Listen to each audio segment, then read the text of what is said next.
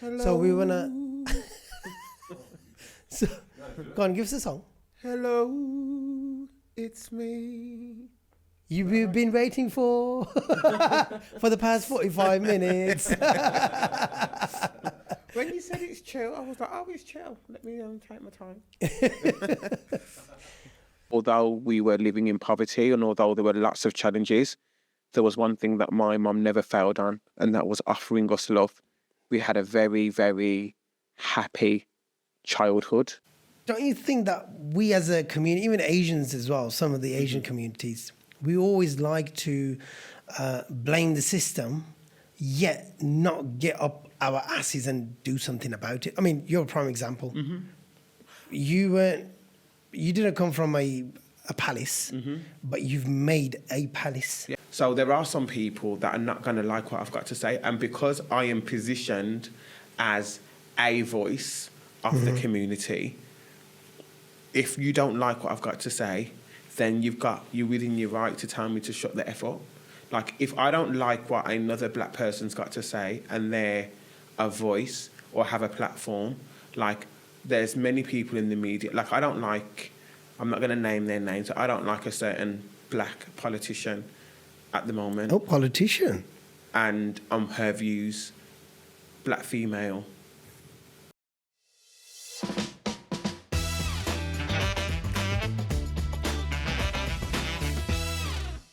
Welcome back to Fitpod with Nasser, the podcast where we keep it real, raw, and rooted in truth. Today, I'm joined by a powerhouse in personal branding, a multi-award winning entrepreneur, creative director, and unapologetic voice for the black community, Dr. Tru Powell.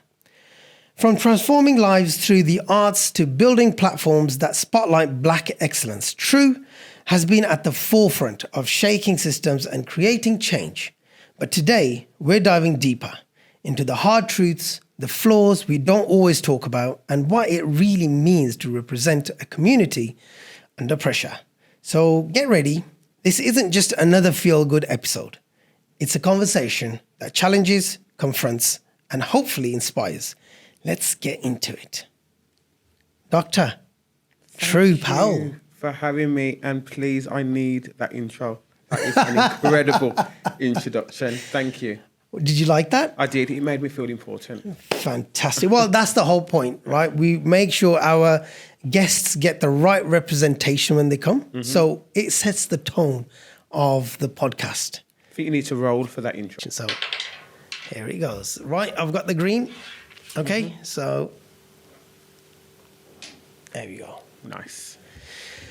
So I want to know a bit about your journey, where you grew up, and what inspired you to become who you are. Oh, we're going there, straight in. Straight in, bro. Oh, wow. So my journey is an interesting journey. Right. I grew up in Newtown stroke Aston, shout out B19, B6, book. And I grew up in a single parent household. Okay. And there was 7 of us. My mum, a phenomenal single black female at the time, and she was incredible in raising us into good men. And, you know, we saw her struggle. You know, we saw her fight. We saw her pain. We saw her vulnerability. And we saw her strength. And I think that was a huge lesson, particularly for me, to not want that for my life. I wanted to escape poverty. Yeah. I wanted to escape, you know, the challenges of life when you don't have, which of course made me work really, really hard to get myself out of the circumstances that I was born into. But I say that to say, although we were living in poverty and although there were lots of challenges, there was one thing that my mum never failed on, and that was offering us love. We had a very, very happy childhood, and we didn't want for many because we had that love. we was happy. Yeah. But I say that to say I still wanted more for myself, hence why I worked so hard. So how many siblings are you? 7? Yeah, there's 7 of us in total, so I've got 6 siblings. Oh, right, okay. Yeah. Of course, 7 including you. Yeah. Right. How many brothers are you? There's 6 boys. Oh, wow. Yeah. All brothers? Yeah. All brothers. Wow. So what do they do then? So many things. My twin brother, who I'll start with, he's a deputy. So head I hope teacher. it's their actual Tru that we're talking to, You and it's are. and it's You not are. your twin brother. You won't find my brother doing podcasts at all. So you're good on that front. You're good on that front. But he's a deputy head teacher, but we also work together in one of the organisations I do, which is Performing Arts, and he's a co-director in that business. And then I have a younger brother who lives in Scotland, and he does property out in Scotland. And then I have 2 older brothers, and forgive me, I probably don't even know what they do. One's a teaching assistant, I believe, and the other I couldn't tell you what he does. I'm sorry, bro. No, that's fine. That's fine. So, let's get into the dynamics of a black community, right? Mm-hmm. And what are some of the most pressing flaws within a black community? Oh, where do you want me to start? Grassroots level? I think systemically, the black community faces a lot of challenges. Mm-hmm. And if I just throw a few stats out for you, in all institutions, every institution, you will find the black community at the bottom or discriminated against in some way or have more challenges than others. And apologies, not every, most institutions. So within the judiciary system, black people are 9 times more likely to be stopped and searched by the police. In education, black children are 4 times more likely to be excluded or permanently excluded. Within healthcare, black people are 2 times more likely to be detained under the Mental Health Act, or, black women are 4 times more likely to die during childbirth. So when we look at some of these institutions and these statistics, it tells us that the black community have challenges more so than many other communities out there. But fair point, but don't you think that we as a community, even Asians as well, some of the Asian communities, we always like to blame the system, yet not get up our asses and do something about it? I mean, you're a prime example. Mm-hmm. You didn't come from a palace, mm-hmm. but you've made a palace. Yeah, and I think you could have sat at home and said, "Look, no, it's not happening. Our community's always been racially abused or systematically. There's always discrimination. Mm-hmm. So I don't want to do anything." Mm-hmm. Do you know what I mean? But you didn't think of it. So why can't everyone think the same way? But to blame, point fingers. I think this is an interesting conversation that we're having. And I actually think that for most people, they do try, but that doesn't take away, irrespective as to who you are or how far you get or how hard you've worked, it doesn't take away the challenges. You could be the most successful person, but still have challenges as a black person that your white counterpart might not have. And I think because of that, there has to be conversation around it. I mean, even if we take, for example, Meghan Markle, for example, she was a princess, literally. One would think that she would have no concerns, that she was flying high, that she was doing all these amazing things and she should just get on with it. But actually, even marrying a prince as it was, as a black woman, she still had to deal with challenges which affected her mentally, to the point where she was saying, actually, I want out. I don't want to stay in this institution because of the racism. So I say that to say yes, people can work hard. Yes, the black community can work hard and not, blame race on everything. And you can get yourself out of the situation. But I'm telling you now for a fact, racism is embedded in this country, and it would always play a part in whatever you choose to do, period. And I feel it's a dangerous rhetoric to silence or to attempt to silence black people and say, look, just, you kind of need to get on with it. We face this. Don't blame this. Just get on with it. I think actually they should raise their voices. And yeah, of course. And in some cases, being black and wanting to be successful, in some cases, the challenges that you face in reality is just too much. And it stops you from being successful. If you look at business, for example, we all know that growing a business needs finance. Scaling a business needs finance. Yeah. We know that to be true. Yeah. When we look at venture capital, 0.2% of finance goes to black-owned businesses and entrepreneurs. 0.2%. Wow, 0.2? 0.2%. Black women, 0.02%. Wow.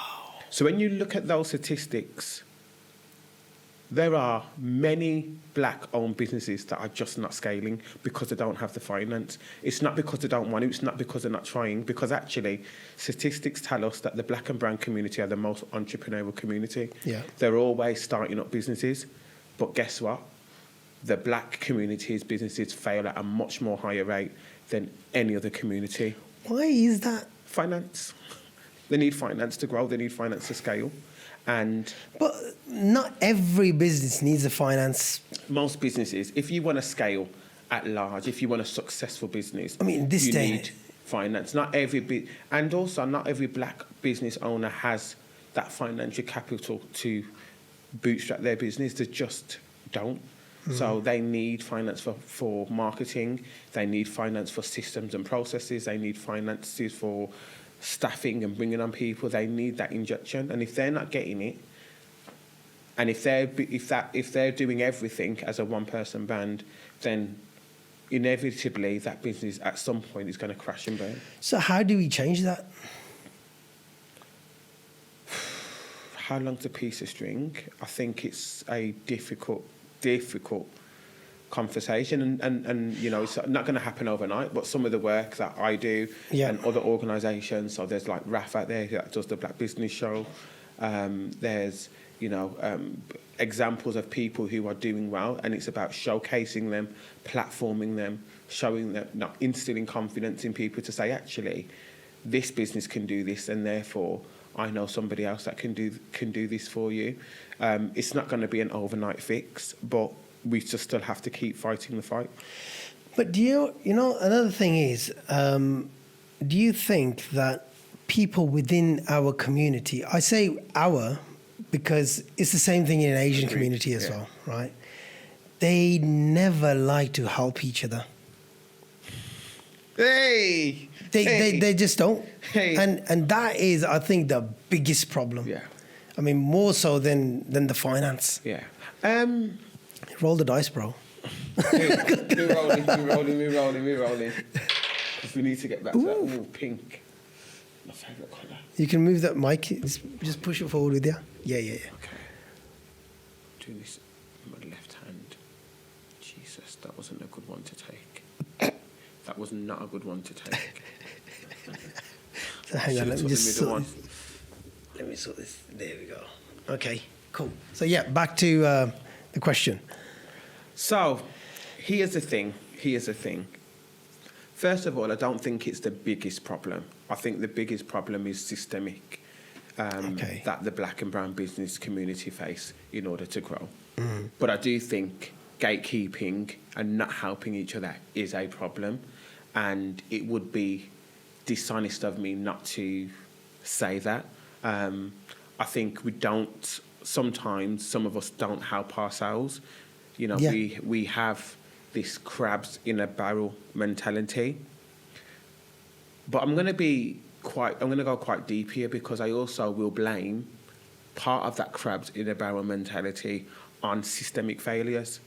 And the reason why I say that is because often when we're trying to build or we're trying to grow and we feel that we have to compete with one another, usually it's because businesses, finance, organisations only make space for one black or brown business or person.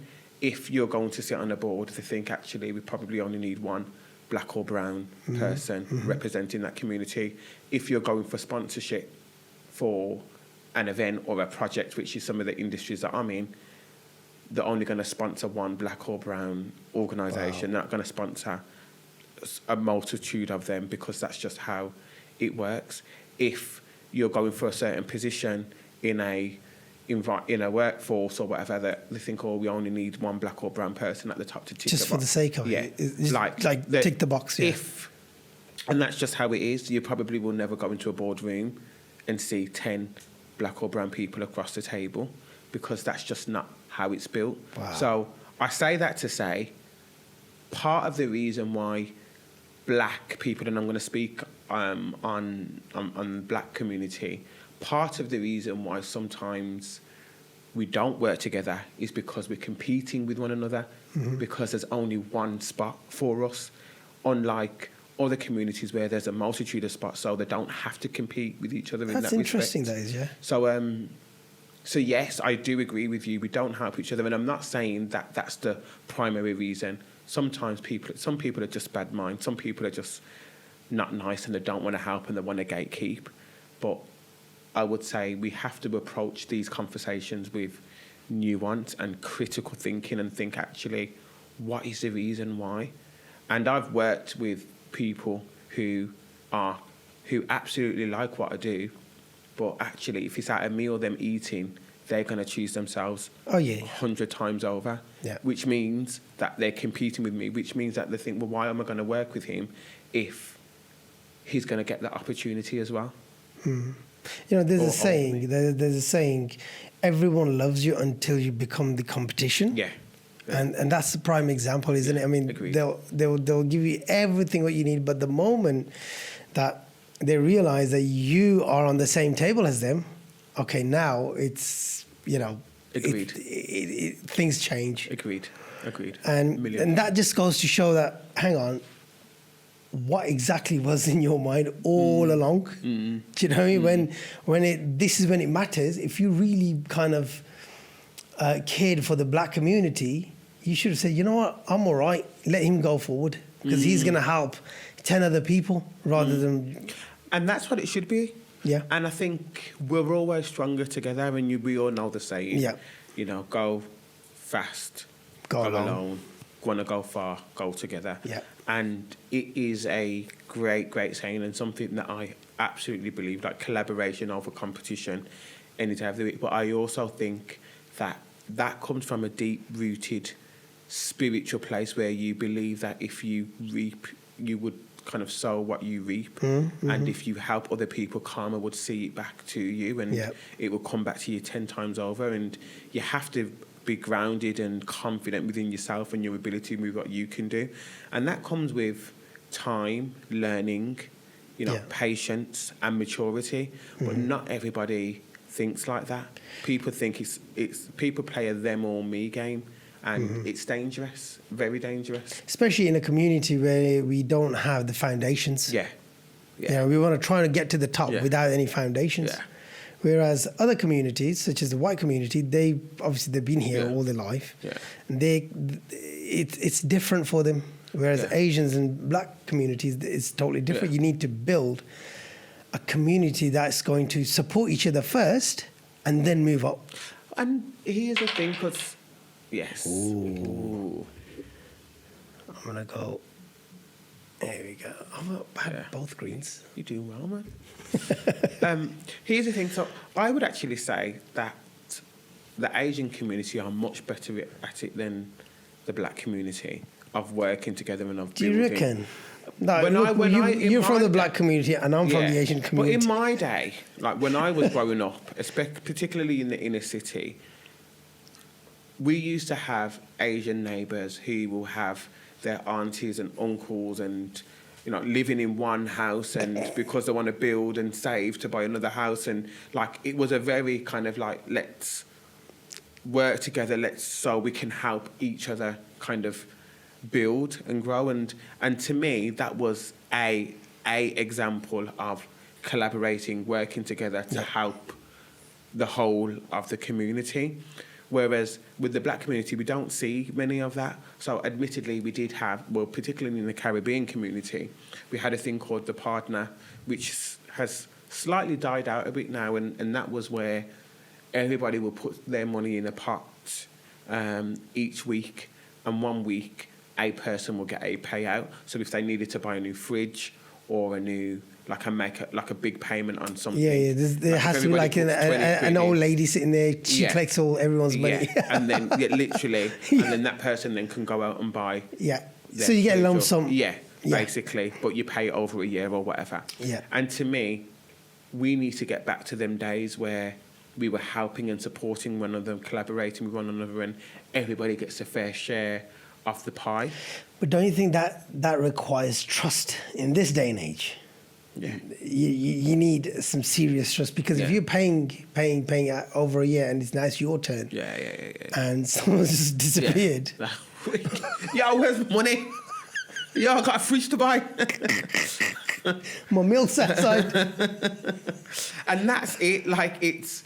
But you're right. And when I think, if I'm being real, would I go into a partner this time? I can name 4 people that I will go into a partner with, maximum. 4 people? 4 people that I can go into a partner with. Is Sonny Araf one of them? Yeah.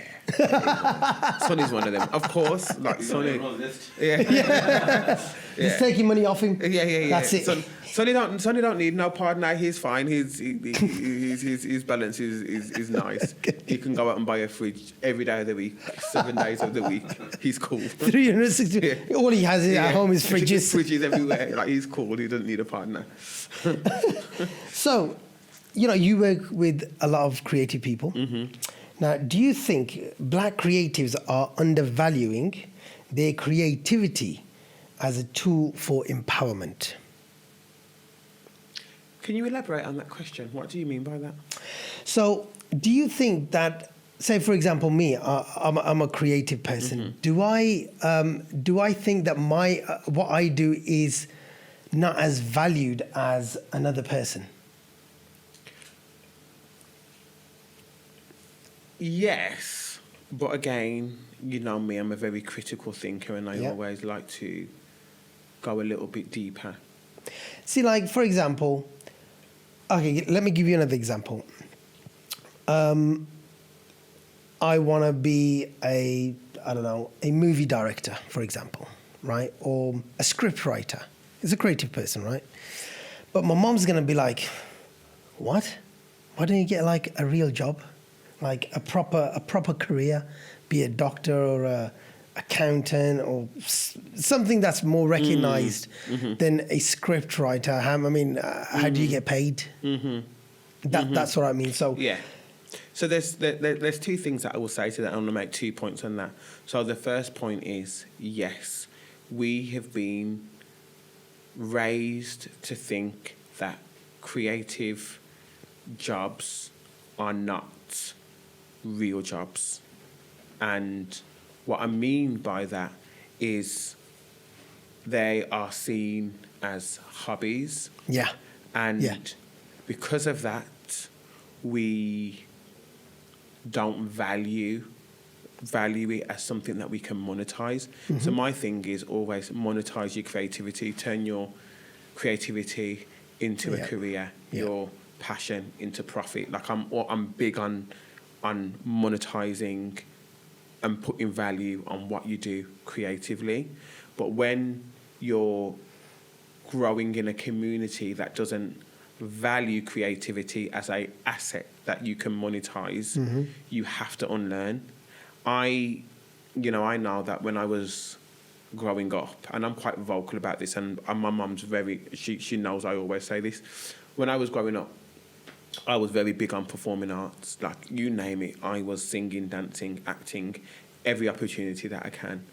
And I always said that had my mum invested that time and effort and been my Matthew Knowles, what he was to Beyonce, I probably would have been the next, I don't know, Usher.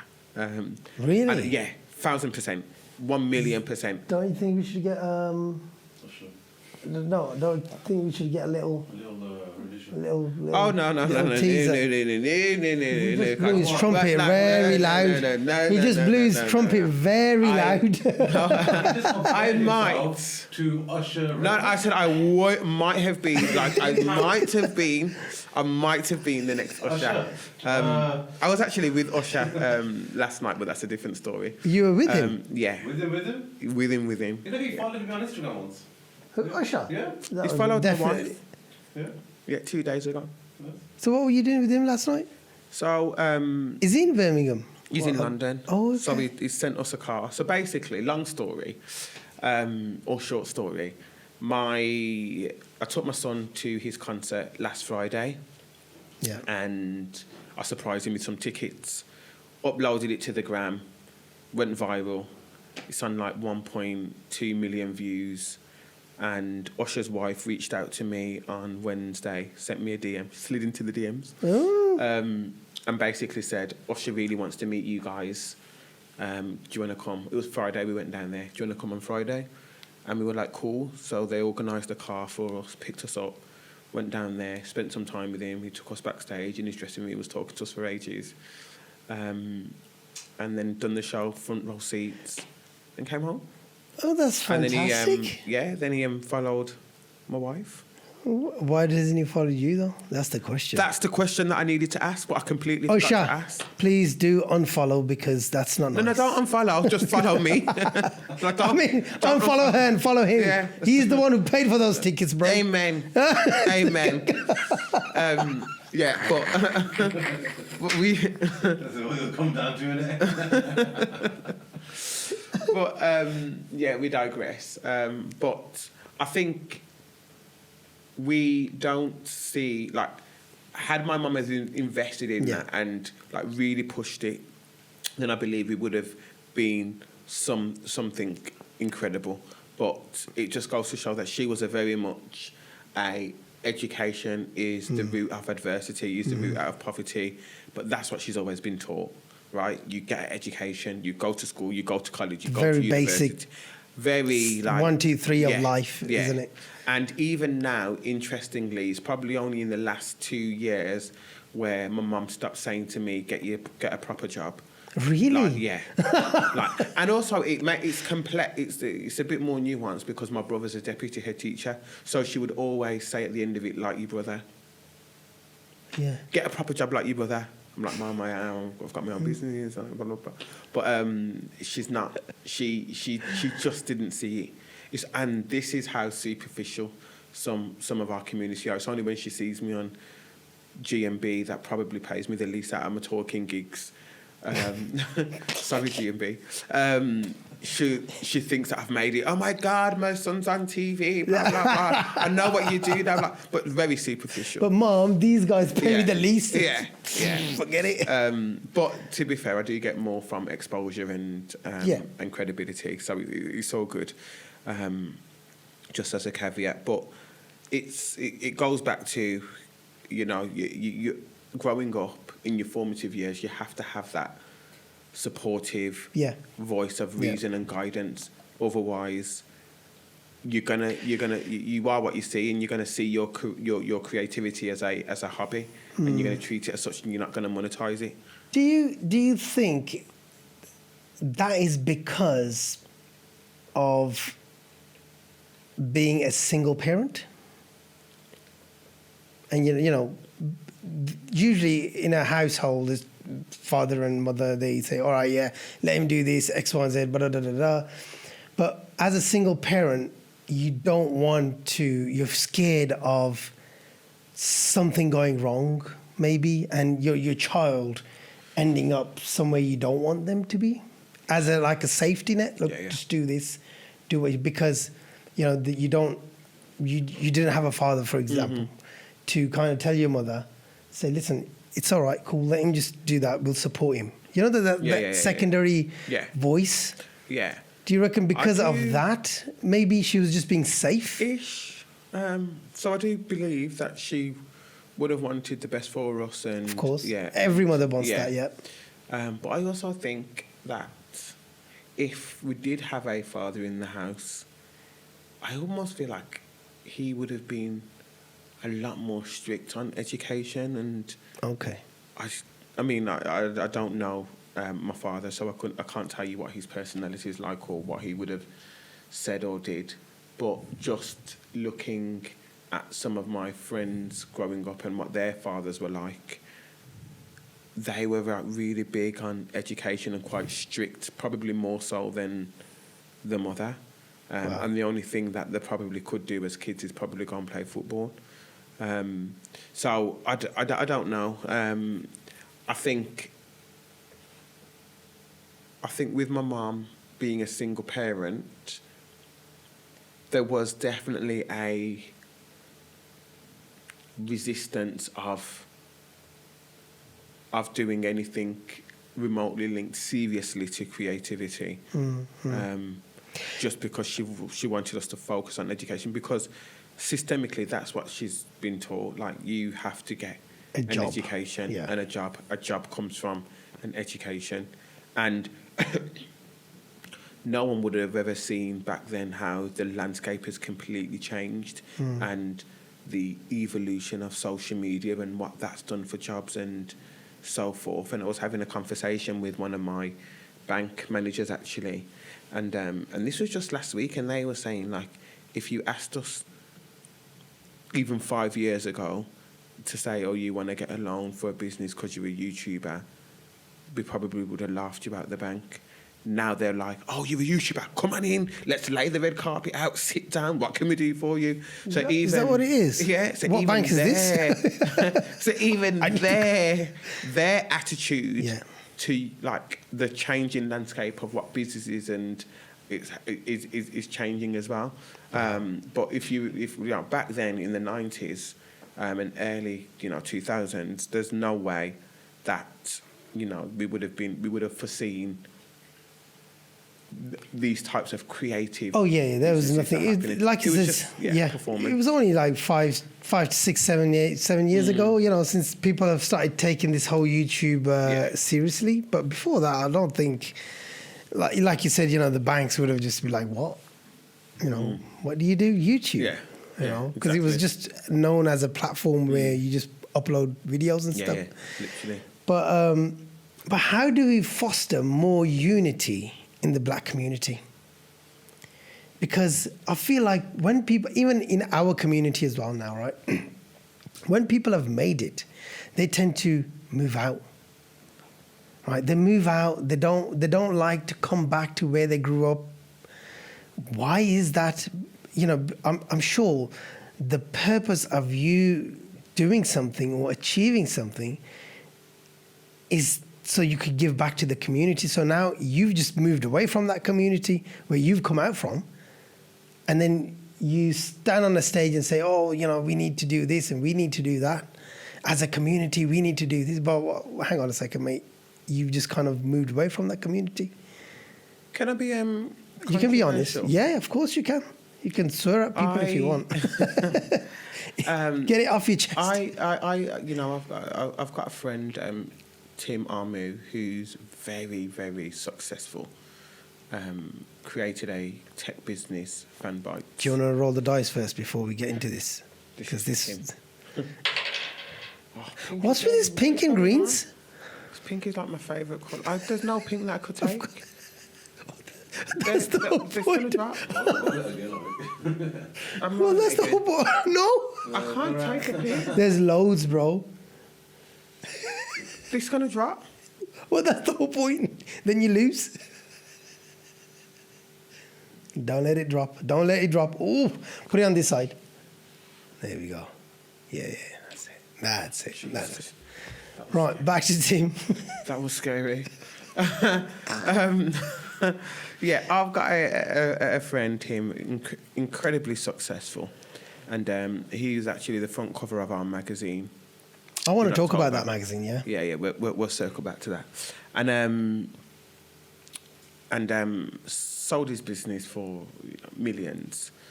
And we was interviewing him, and part of that interview for the magazine, he was saying, in answer to your question, why would you want to go back? Wow. You know, why you've worked incredibly hard to take yourself out of a situation or circumstance that you've seen as challenging and that you've seen as difficult, to live in a nicer area, to want better for your life. Why then would you want to go back to a place where you worked extremely hard to remove yourself from? And that's not to say, as a caveat, that you don't want to help people who's living in those areas or who's in poverty or whatever the case, but that can come in different shapes, forms and sizes and guises, right? And when he said that, I kind of actually agreed with him. Like, I've worked extremely hard to come out of the circumstance that I'm in. Would I ever go back and live in the ends? Absolutely not. But what's wrong with the ends? There's nothing wrong with the ends, but why do I want to go back and live in the ends after I've worked really hard to live somewhere else? And I say that to say, because I know people are going to be like, oh, true snobby, who does True think he is? But let me be very clear, like, there isn't anything wrong with the ends. And actually, you know, I took my kids out of a Sutton Coldfield school that they went to and travelled a 20-mile round trip to take them to an inner city school because it was a much better representation and they felt at home there, rather than sending them to the school that was on the doorstep. So there's nothing wrong with the ends, and I also feel like you could get well-rounded. There's a lot of teaching that you could take from the ends. But I say that to say the ends still have... I say there's nothing wrong with the ends, but I'm going to backtrack. There's many things wrong with the ends. You know, they still have crime rates that are higher than some of the other places that we live in. You know, there's still a lot of, you know, petty crime that happens. There's still a lot of bad influences that happens. Like, it's not, for me, it's not a place where I would want to let my children grow up in. But if you okay, fair enough, fair point. You know, you've worked hard. You don't want to be in that environment. You worked hard, and you want to go out. Fair point. But what is the plan to help the community then? How would you say, okay, I want to help the community to make better themselves? Because it's no point just moving out and leaving everyone there. You need to have a plan to say, okay, this is my plan and this is how I'm going to help the community or where I grew up. Not the whole community, of course, you know, you're not part of the government or anything. So, for example, you used to live in a block of flats, right? So now that you've made it, you're a top shot. And where you grew up, you want to make something there. You want to make something better. So you need to have a plan. Otherwise, you just chatting random shit, aren't you? I agree.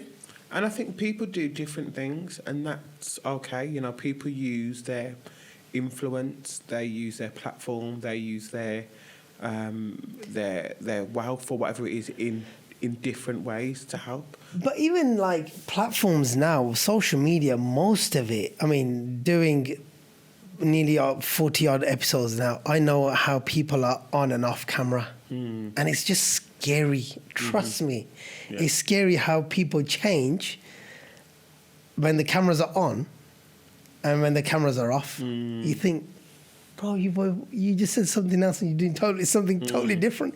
So anything now on social media, I wouldn't even take it seriously. I came across a video the other day of fitness warehouse where they got all these fake dumbbells, plates with like 20 kilos marked on them. It's got 80 kilo marked dumbbells, but they're actually about 10 kilos. And the guy goes, yeah, these are really famous. They're very popular with our fitness TikTok influencers. And the guy's just repping 80 kilos, just like that. You just think, what is real? Wow. I was shocked. Honestly, I was just crazy. That is just The madness. deception. Big time. Wow. And that made me think, like, how fake can people be just to kind of get a like? It's just madness. Yeah. I want to try it. Where is that, Jim? Get my lights off. Be benching 150 kg. I'm telling you. I agree. I think that there's a lot of, inauthenticity in social media. There's a lot of fakery in social media. There's a lot of bullshit in social media. Yeah. And it's actually really scary, to be honest. People just present what we call the Instagram lifestyle, where it's just a polished version of themselves and not... Probably not even a polished version. It's just a fake version. Yeah. And that is and could be very scary. But at the same time, there's a lot of good. So in the space that I'm in, I know people are really advocating for, the black voice or the black community. They're really pushing boundaries. They're really using their platforms for social good. And I feel that work is important. And when I say using their platforms, I don't necessarily mean just social media, we're exclusive to social media. So I have a friend called Raphael, and he runs the Black Business Show, and it's the largest show for black-owned businesses in Europe. Wow. And it's an incredible business and organisation. And for me, that gives a platform to many businesses, black-owned businesses, that otherwise would go unnoticed. But what's unique about the proposition, it also gives a platform to other communities that might want to have access to the black business community and don't know where to start. Yeah. For whatever reason, whether they want to, have that diversity of thought within their workforce, or whether they just want that to utilise or engage with black talent. Right. So there's different people using their platforms in different ways to help the community. I don't necessarily think help is throwing on your tech fleece and your Jordans and going to the ends and saying, like, what can I do? Like, what kitchen can I work in? What street can I sweep up? Like, to me, there is a space for that, and some people will do that, and fair enough. But I feel like there needs to be a multi-purpose, like how it can't just be like one dimensional thing. There has to be many different areas where somebody has to you could do the professional space, somebody else can do a different space, and But you as a black man, right, in elite business, media space, how do you manage yourself? Because you've been on national television. How do people, and you speak straight, there's no cutting corners here and there. Because I've seen some of your clips on Good Morning and stuff, and I was like very impressed. I was like, fair enough, just say it the way it is, isn't it? Yeah. I think, I don't know how to be any other way but real. Thank goodness we've got blue. Oi, oi. Nah. Oh my gosh. This is tough. I hope you get another pink. This is tough. If I get another pink, I ain't playing. I'm telling you that now. Go on. The game's a fix.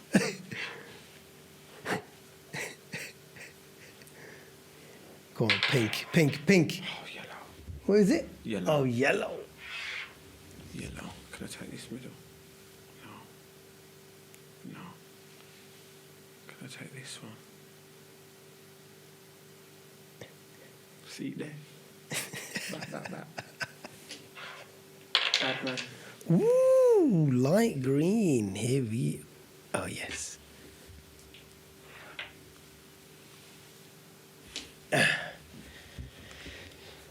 Interesting. It's getting interesting. Right, back to our question. Baby. Sorry. What was the question As a black person in an elite business space, media space, how are you seen? So, yeah, this is an interesting question because I have to really work at how I come across. I don't know how to be any other way but real. I'm very honest. I am very vocal about certain things. I'm very passionate about certain things, and I find it really difficult to lie. So if there's something that needs to be said, then I'm going to say it, and I'll be the person to say it. Will I get dragged for it? Probably. You know, will people not like it? Absolutely. Like, then some people don't like what I have to say. Like, I get loads of messages and emails of people that do not like some of the Really? stuff. Oh yeah, like some of the stuff that I've said or whatever the case may be. But Give me an example. oh my goodness me, I have loads of Is these people people. from your own community or is it like random people? Well, I don't know because often they Usually it's a Gmail. yeah, often they Not they from a hide- black male. yeah, not from a black male. Often they hide their identity, but it's just like silly stuff like you speak a whole load of shit, blah blah blah. How dare you say this? Like, you don't speak on behalf of us. Like, just Wow. yeah. And So that obviously is from the black community. yeah.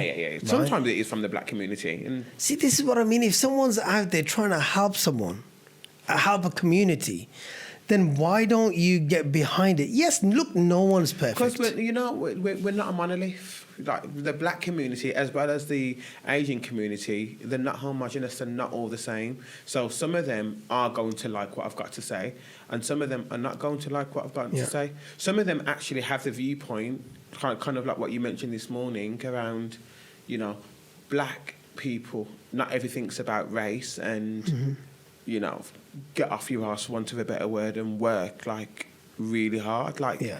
that's some of their viewpoints. And I don't have that viewpoint. I think the two things are separate. You could work hard, but you also could have challenges that stops growth. Not everybody's going to break through, and the challenges are not going to help that. So we're not. So there are some people that are not going to like what I've got to say, and because I am positioned as a voice of the community, if you don't like what I've got to say, then you're within your right to tell me to shut the F up. Like, if I don't like what another black person's got to say and they're a voice or have a platform, like, there's many people in the media, like, I'm not going to name their names, I don't like a certain black politician at the moment. Oh, politician. And her views, black female. We got the point when you said hers. You didn't have to put the female bit in there. Yeah, like I don't like her viewpoint and how she speaks about black people, and she has a platform. Wow. And often I do email and say, actually, no, you're not the voice like for us. I don't like a certain person in the media who's black, who's female, who talks on. I'm not going to mention the channel, but I don't like what she has to say a lot of the time about the black business community. Wow. But I have to accept it. I don't like what some people who I've worked with before have to say about the black business community, and they're black. And I have to tell them, like, and vice versa. Like, they didn't like what I had to say. They didn't agree with some of my views about the black business community. So I say that to say, like, they're well within their right to have objections about, some things that I have to say, because we're not a monolith, in the same way that some people from the Asian community might not like some of the stuff that you've got to say because you have a platform and you have a voice. And if you're sharing stuff that they don't agree with, then they're probably going to let you know. Yeah, I mean, which is fine. Right, which is fine. But it just... What does...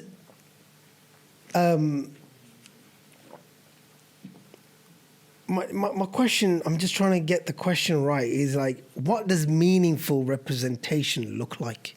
Because what you just said, there's a lot of bickering within the people who are trying to represent a community.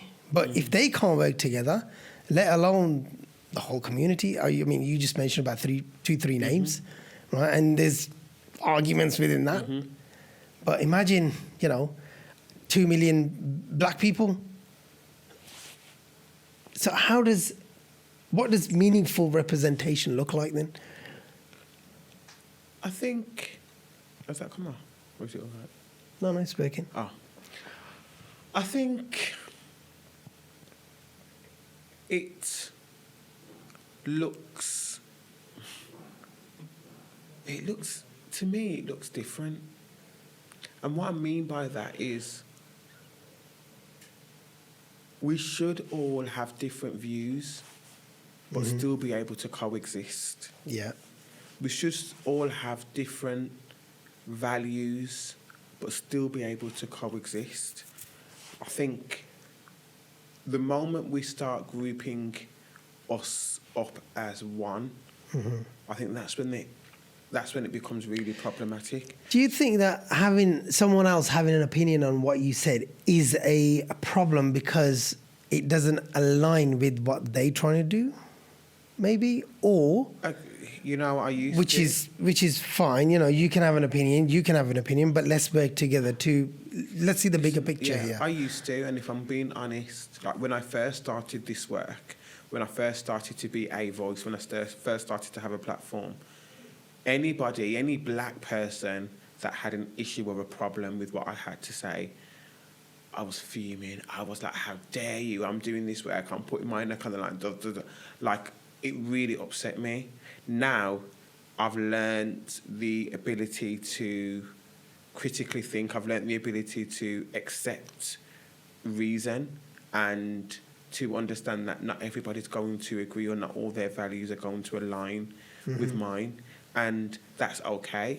And in some cases, they might speak to me and I might change my viewpoint. I might change but I'm willing to listen and to understand. There's only one person that I would never ever listen to, and that's the current politician. And she would never change my viewpoint because I don't actually think that she believes or that she likes. So give me an example of what she said that you are so against. It's just one example. Like, just give us a point. Give me a point that you think, I would just leave it as she does not, I believe, let me rephrase because I don't want to get in trouble. I believe she does not like black people, and I believe that she doesn't want black people in this country, even though she's black herself. She's the leader of the party. Huh? She's the leader of the party. You said it, not me. Yeah. Who are we talking about here? She's the new leader of the Conservative Party, and she's a black woman, and she's, I can't remember her name, man. And she's she says a lot about crazy things about Asians as well. Yeah. She doesn't like the black or brown community. Yeah, so. Yeah, she's wild. Very, very wild. She's, yeah. Very wild. Wow. I heard a speech, I was like, yeah. Kind of. Yeah. Is it this one? I mean, I can say because I don't. Yeah. This one. Yeah. So she doesn't like black people. I don't I understand. think it's not a universal truth. It's just what I think. I think she's very problematic, and I think she's very dangerous for black and brown people. Actually, I think she's. She looks like that film actress, does she? From I don't know her name. Very famous film actress. They were in. She's in many different films. Hollywood actress. Oh. But yeah. Oh, anyways. Yeah. Okay. Yeah. So give me one point that you disagree with her. What she said so bad, because now you're just like fuming, and I want to throw some petrol on this fume. I want to.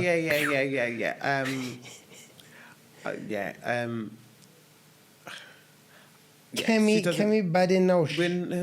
You mentioning names. Yeah. Oh wow. Okay.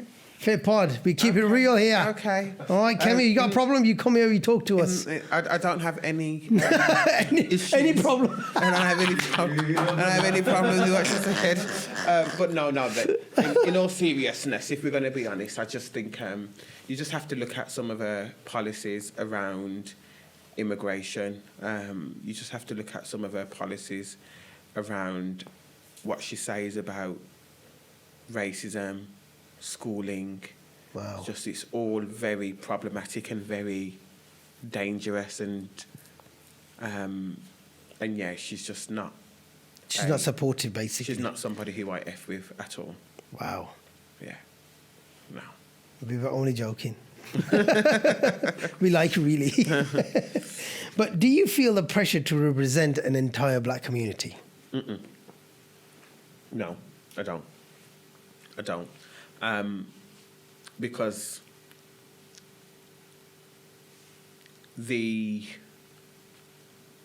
I don't feel like I should and I want to even carry an entire community on my shoulders. And, just an example, like I had some issues like last year, and probably not one of my finest hours in hindsight, but we were going back and forth online. Well, not more so the other party. He was black, and I had a message from the point of this conversation. Is I had a message from a person who was like, you mustn't do that. You are a pillar of the community. You, people look up to you. Blah blah blah. You mustn't say this online. You mustn't say that online. And I had to respectfully raise her up and say, do not for 1 minute try and silence me because you want to put me as some kind of leader. I didn't ask to be a leader. I just do the work that I do. I don't want to be. And if being a leader means I can't have a voice to voice my own grievances and opinions, then I don't want it. And also, I am not selective about issues that I raise or people that I have problems with. If a black person has done something that I think is fucked up, I'm going to address them. I'm going to drag them. I'm going to hold them to an account in the same way that I would hold a person from another community. Maybe that's what the politicians are trying to do. Drag them, fix them up, show them where the problems are. No, because her rhetoric in terms of what she says is false. Right, okay. It's not what she bases her arguments on are false. What she factual. They're not factual. So I don't agree with that. But at the same time, I'm very much I don't believe that I carry the community on my shoulders, or I even should carry a community on my shoulders, because it's not my job.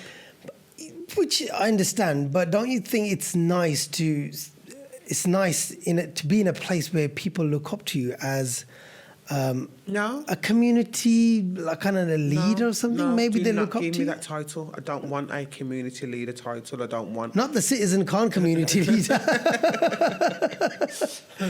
I don't want any of that. We see Tru tomorrow in a brown suit and a mosque hat.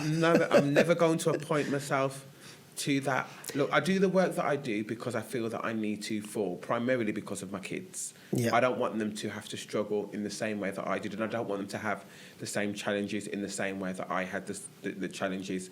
And, I feel like... And also, I hate inequality. I hate inequality and injustice. Yeah. And that probably roots back to the injustice that I experienced in my very younger days when... trigger warning, my cousin was killed in police custody, and the officers that did it got away with it, and all of that. How long was that ago? That was in 2003, I believe. Wow. So all of that injustice, we've had to live with as a family, and it was all based on race and class, and I think I hate that. I hate injustice. I hate inequality. So if I have a platform, I'm going to use it in the best way that I know how, particularly being a voice for the black community.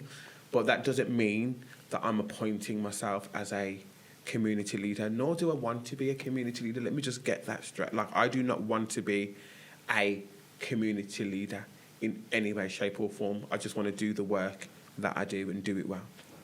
But do you think that you should have more people like yourself who are helping the root level and kind of, look, what you're doing here is you're kind of doing it on your own. Mm-hmm.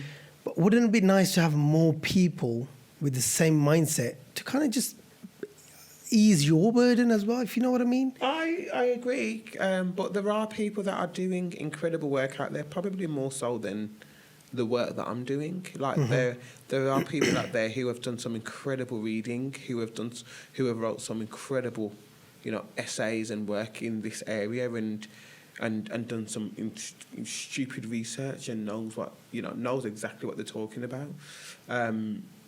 So I do agree. I think what would be nice is if we, as a community, still have I always say we're not selective in what we call out. Mm-hmm. And I think that's one of our biggest challenges. I think when stuff happens within our own community, we are very coy, we're very shy, we're very silent about it. But the minute there's a issue that another community has done to our community, we're out there with our placards and our high vises and we're saying, this is wrong. And naturally, that's part of the reason why violence towards black women and girls are so rampant in our community, because we brush it over, we don't address it, we don't hold our black men to account. That's part of the reason why things happen within our community, sexual assault and all of these crazy things that happen, and sorry, trigger warning for anybody that's listening, is because we don't hold our own community to account. And I think if there was a magic wand that I had and I wanted to fix something within our community, it would be that. It would be, let's not be afraid to call out our own people. If they're doing something wrong, if your son, your brother, your uncle, your friend, they're doing something wrong, call them out in the same way that you will call out somebody else. That's powerful.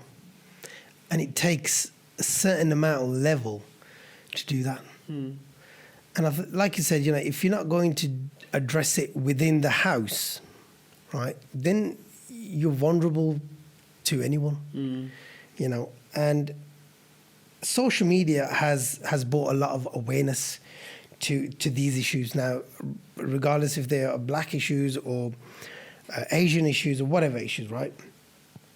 But has it also made it activism feel performative, that people just do it for the sake of it? Oh, yes.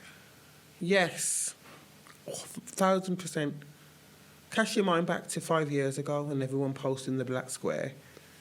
Like, ask yourself, what are they doing now? Yeah. Ask yourself, what have they done since? Like, that, if anything would tell us how performative that, social media can be. That black square was meant to be a symbol of, we stand with the black community in the wake of George Floyd and we are pledging to help support for equality. And then it became, everyone else is posting a black square, let me post it, because we don't want our company or our personal brand to look as though we're not supporting. But meanwhile, you go out and as a white woman, you'll still clutch your pearls if I'm walking on the same side of the street with you. Wow. You'll still hold your handbag if I walk into a lift. You'll still turn your face up if your white daughter brought home a black boyfriend. But yet still the same day you've posted a black square. So to me, it tells me that it's all bullshit. Performative. Yeah, it's all bullshit. So and social media enables that. Social media enables that performance. And I'm just not about the circus. I'm not, leave me out of it. Because if you stay in the circus too long, you become a clown. And I'm just not about that life. So yeah, We got too many already. yeah, too many already. We don't need another one. The woman who, the politician. Let me drink my He drink. really doesn't like it, does he? On that, before we move on, right? Do you wanna? Shall we get a couple of dices rolled? Is it my turn? Yeah, I'll put that one. Last one was mine. Watch it give me a pink. It's your favourite colour? Ooh, Blue. It's blue's not bad. Blue's not bad.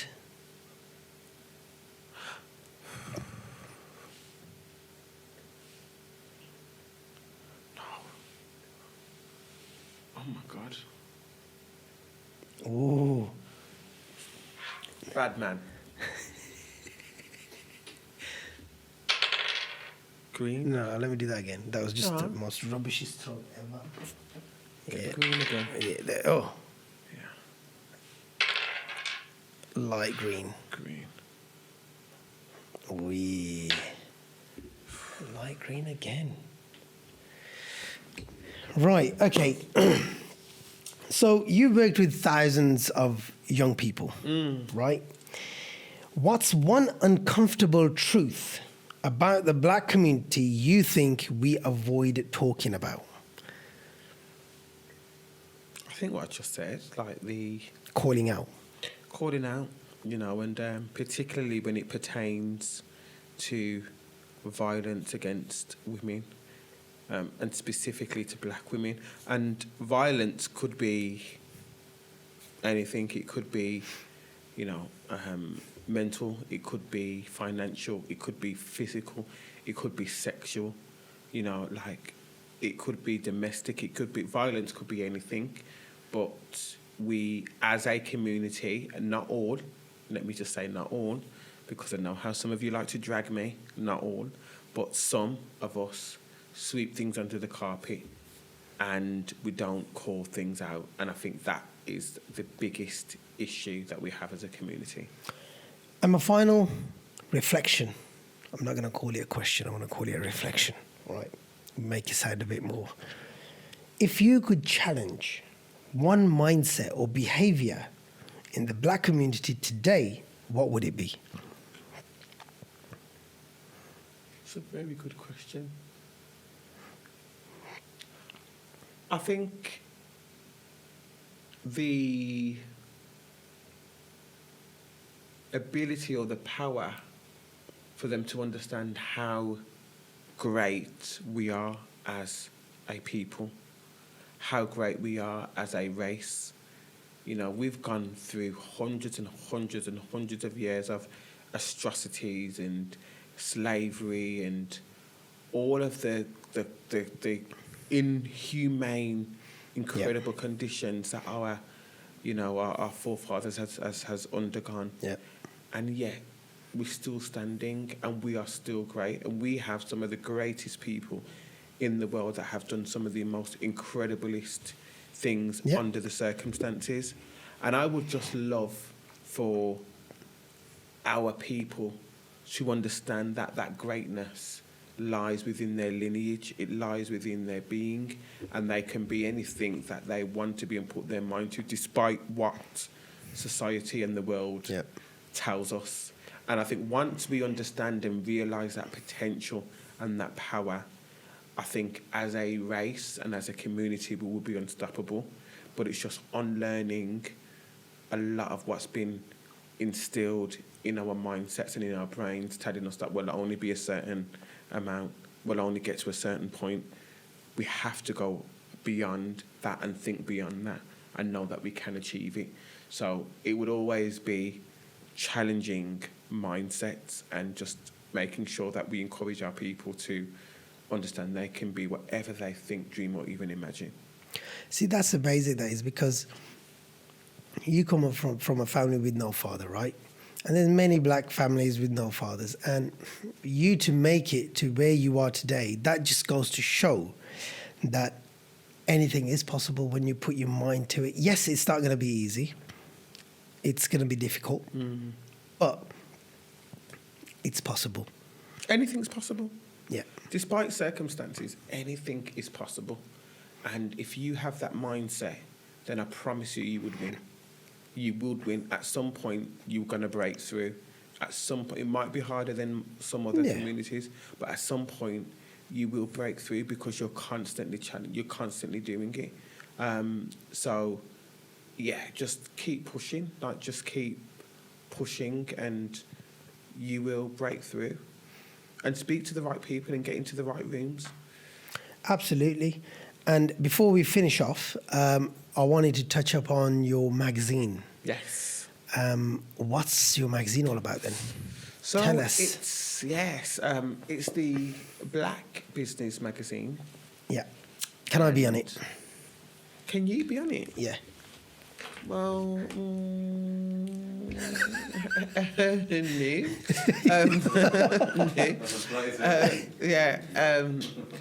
I think it's the first of its kind within the UK. Okay.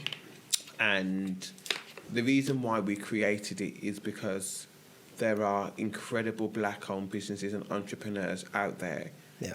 And unless you are, and this is no shade to Stephen Bartlett, and now probably Emma Greed, unless you're one of those two, it's very, very rare that you would grace the cover of Forbes, Business Insider, or Entrepreneur, or some of the leading business magazines that are out there, or premium publications that are out there. And there were stories to be told. And the reason why I know there's a need, last year, we've been going for a year and a half now. Last year we featured over 400 entrepreneurs, black entrepreneurs, and combined their businesses and companies combined turns over 2 billion, which shows you that there are incredible entrepreneurs. And also, I felt that it was important to show a different type of business. When we think of black business within the UK, our minds automatically goes to food shops, barber shops, jewellery makers, candle makers, and respectfully, that is not just what black business is. Yeah, I mean, there's nothing wrong with them. There's nothing wrong with them. You need those as well. Yeah, we need those, but that is not just all. We've got to think bigger. There's black tech owners that run tech businesses. There's black people that have, products in every single retailer. Yeah. Like there's black businesses that works within finance and, of course, and online. Like there's it's a incredible range of business, but their stories were nowhere to be seen or wasn't being told. And we wanted to change that narrative. We wanted to change that rhetoric and be a solution, not the solution, but a solution for some of that. And we felt like that's amazing. That is because now, if, for example, a teenager is at home and he's reading your magazine for the first time and he's just seeing, successful black people everywhere, that's influential for him, isn't it? Rather than looking outside the house and just seeing lads on the street corners, just dealing or fighting or whatever. And that happens not just in the black community, that happens in the Asian community as well. I don't want to make it sound like it just happens in the black community. No, that happens in every community, right? Depending where you live. Now this child, 13, 14 years old, this magazine has landed on his table somehow. And that's inspirational, right? You know people like Dean Forbes, and he's somebody I really want to get on. Oh, okay, Dean, you heard it. He wants you on. And I know that you've worked with him. So, and that guy, I saw his video, that first one where he kind of sealed the deal. Was it a £2 billion deal or something? Yeah. And that, even for me, it was just inspirational. I was like, fair play. Tearful. That was absolutely phenomenal. I've actually felt happy for the guy. And those are the stories that we need to tell. And Dean is a phenomenal person, and he's actually a really good friend of mine. And so that means he's definitely coming on then. Yeah. Thanks, Dean. And what I love about Dean is that in all of the success, he keeps it 1,000% real. Yeah. But then he also recognises that communities, not exclusively the black community, but a strong reference on the black community, needs support developing and works tirelessly alongside his career job to help support that. And I think for me, and he's also very, very down to earth and keeps it, 1,000% real. And that's why I have so much time for Dean. And also he's a true beacon and representation for what you could achieve. And it's our jobs as a magazine and as different organisations. I mean, he was ranked number 1 in the Black British Power List. Yeah. It's organisations like that. It's our jobs to highlight that and celebrate that and champion that. 100%. So our kids can grow up and say, actually, like, Dean Forbes can do it. I can do it. Yeah. And because he's got like the perfect name, Dean Forbes. I know. Has he changed his name? No. That's his serious. Name. Yeah, that's his name. Because he's just got the perfect name. You just think, like Dean this Forbes. Like this Forbes carries magazine. strength. Yeah. Like this carries wealth. This carries wisdom, and this carries realness. And we need that as a community. Definitely. We need to see it. So I'm really proud of Dean and all that he's achieved, but not just because he's a friend of mine, but because of the message that it sends out to that's the most important. Boys, Absolutely, that's the main thing. Yeah, I always believe you don't have to be successful to put out a positive message. Yeah. You don't have to. It's not about inspiring hundreds of thousands of people. It's about inspiring one person. Yeah. For that person to kind of take that message home and implement that in his life. That's it. That's enough. Yeah. That's every enough. successful person has been inspired by someone. Yeah. And that's a fact. Every single successful person on this planet has been inspired by somebody else or somebody else's success. Mm-hmm. So we have to always make sure that we are inspiring others through the work that we do. And that's why I do the magazine, and that's why I do the awards, actually, because we make sure that we inspire, like, the masses, because it's important. Absolutely. Going back quickly, you're saying that you are 100%, or you keep it as real as possible. Mm-hmm. Now, what's your take on Andrew Tate? I don't like him. At all? At all. Everything what he says? Not everything what he says. Like, I think... So then it's not at all? I don't like him as a person. Like, I don't like him as a... But I also think, as a caveat, that some of the stuff that he says is so problematic, I just have to disregard some of the other stuff that he says that I probably have an element of truth or facts to it.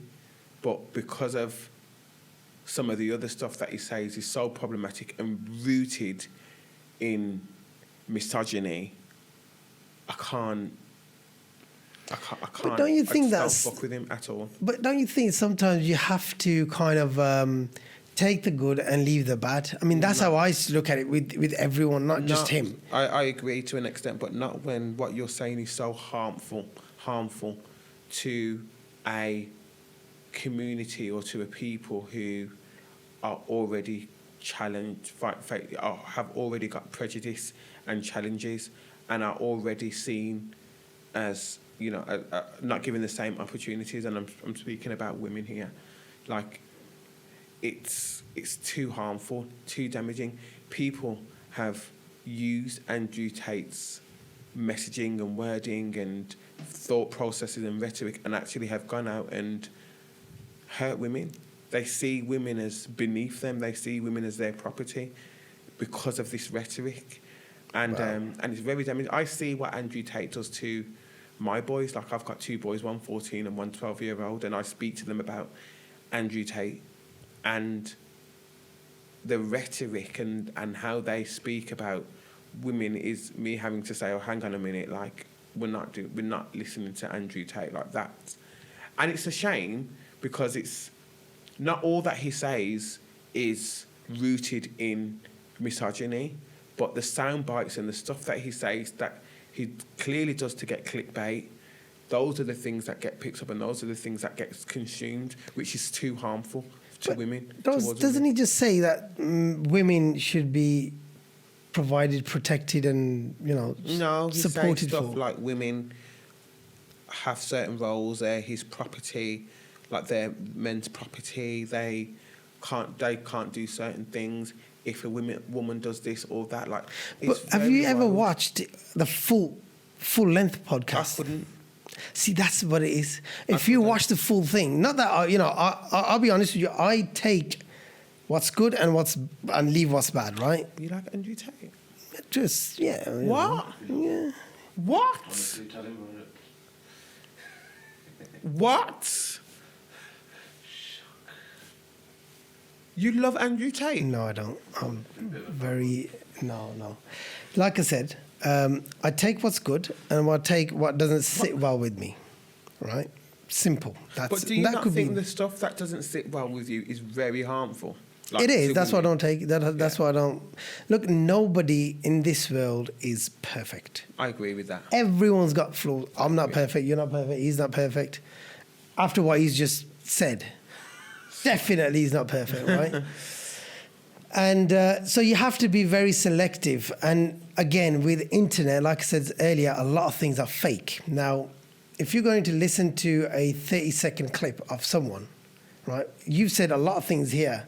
If I've cut them out in 30 seconds or 20 seconds, they'll be like, how can Tru say that? Yeah. But if you listen to the 1 hour, 30 minutes of it, you'll be like, all right, okay, makes sense. You know what I mean? Those little clips. But you have to kind of listen to the agree. bigger picture. I agree. I think what's different is I think Andrew Tate's influence and following, and for me, because of his influence and following, he has to be a bit more responsible. Yeah. I think recently he has kind of changed his narrative or the way he says things. Yeah, I think you have Slightly. to, and I say that to say, as my popularity grows, I have to be. I'm not as free with my words as I was a few years ago. Yeah. Like I can't be, because I realise that actually I've got a little bit more influence and a little bit more popularity, and I think with Andrew Tate, he has to understand his popularity and his influence and the effect that he has on young boys, and also the fact that we already live in a misogynistic world. So if what you're saying has any misogyny to it at all, that's going to get picked up and people are going to use it and say, well, Andrew Tate said it, so it's universal truth. This is true. These are my views. And I just think it's too harmful towards women. And that's why I just can't mess with him. No, you don't want to mess with him. Wow. But anyways, this is a conversation that's going to go into a very long time. Yeah. Shall we roll some dices? Yeah. Let's see who wins. Oh, yes. I'm going to take this one. I feel. That's going to drop. Nope. Okay. Yellow. Jesus Christ. Which one am I going to go for? No way. No.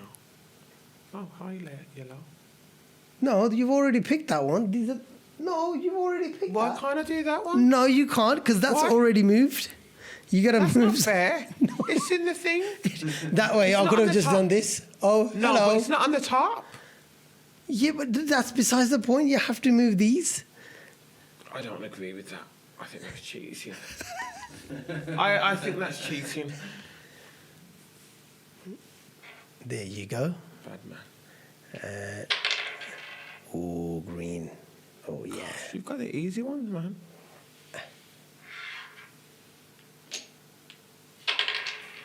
Oh, green. I don't think there's anything left. There isn't a green left. There's one. All right, ladies and gentlemen. There isn't a green left. There's two, I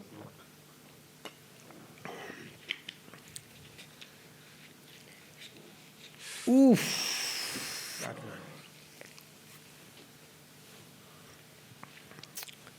man. Right, okay. Yellow. This one. Oh. Hey! It's nerve-wracking. Oh, man. Nah. Please give me a red, please. Red. Blue. Blue.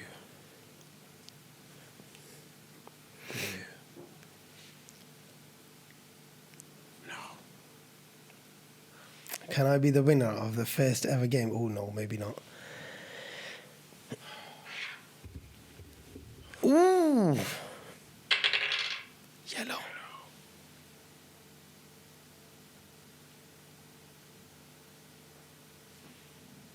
Can I please? Ooh. I think I'm going to be the winner. Come on then, Tru. Red. Oh, you Pink. bastard. No. There's one behind there. That one. That side.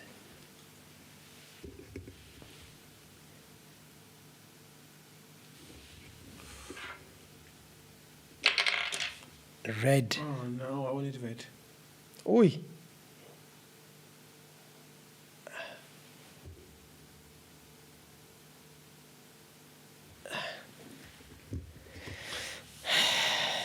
Forfeit.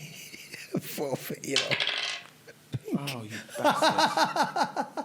You absolute bastard.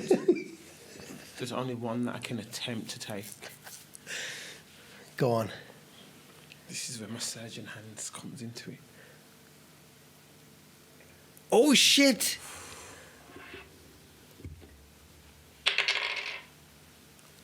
Yeah. Oh, shit, I've lost. No, actually, can I not move this one now? No, you said we can't. I moved this one and you said absolutely not. I had to put it back.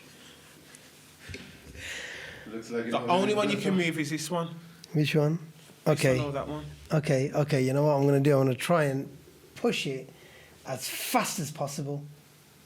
Do you reckon I can do it? I reckon this one is wrong.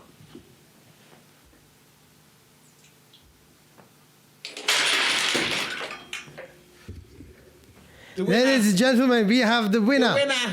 of 2025, the first ever game winner. of the Jenga, Tru Powell. I carry the title. You carry the title, sir. Thank you very much for coming. you. It's Thank been you. an absolute Thank you, Bob. fantastic. Very insightful convo. Yes, definitely.